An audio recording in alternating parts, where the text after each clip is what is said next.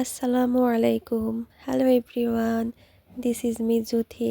আজকে আমি আপনাদের মাঝে নিয়ে চলে এসেছি একটি রান্নার ভিডিও। আমি আজকে রান্না করব ফুলকপি আলু দিয়ে মাছ। এটা সচরাচর আমরা সবাই রান্না করতে পারি, তবে আমার রান্নাটা আজকে আপনাদের সাথে শেয়ার করব।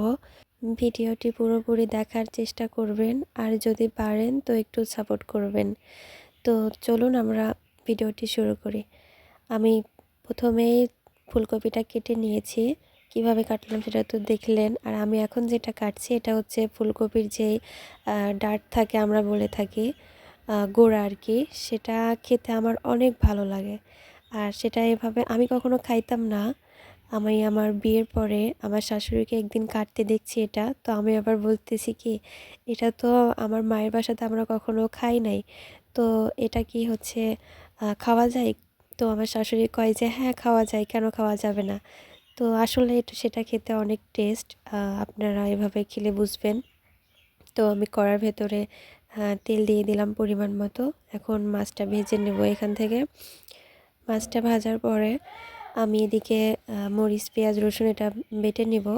নেওয়ার পরে এখানে আমি অলরেডি জিরা বাটা এবং কাঁচা মরিচ বাটা দিয়ে দিয়েছি। এখন আমি রসুন বাটা অ্যাড করলাম, তারপর পেঁয়াজ বাটা অ্যাড করলাম।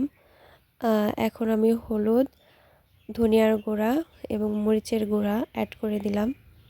এখন আমি এটা একটু নেড়ে দেব, তারপরে পরিমাণ মতো পানি দিয়ে দেব মশলাটা কষানোর জন্য।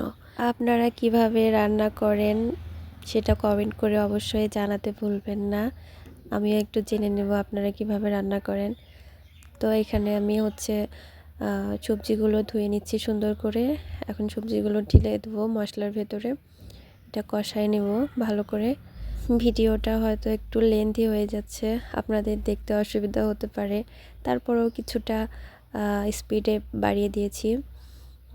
তো আমি এখানে লবণ দিতে আমার খেয়াল ছিল না, আমি লবণটা পরে দিয়ে দিলাম।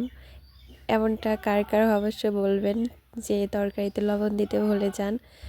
আমার প্রায়ই হয় এমনটা। তারপরও যখন রান্নার লাস্টে যখন চেখে দেখি কেমন হয়েছে, তখন দেখি কি লবণ খুব একটা হয় নাই, তখন আবার কমায় বাড়ায় দিয়ে এভাবে। এক এক জেলাতে এক এক রকম রান্না, হয়তো আমি এভাবে রান্না করছি, আপনারা আপনাদের মতো করে করেন কম বেশি, যাই হোক কিছুটা একরকম থাকে। আমার রান্নাও প্রায় শেষের দিকে, এখন আর বেশি কথা বাড়াবো না। তো ভিডিওটি কেমন লাগলো, রান্নাটি কেমন লাগলো অবশ্যই কমেন্ট করে জানাবেন। এতে আমরা উৎসাহিত হই, অনেক ভালো লাগে আপনাদের কাছ থেকে ভালো ভালো কমেন্ট, ভালো ভালো উৎসাহিতমূলক কথা শুনলে। যাই হোক, সবাই ভালো থাকবেন, সুস্থ থাকবেন। ভিডিওটি এখানেই শেষ করলাম। ধন্যবাদ। আল্লাহ হাফিজ।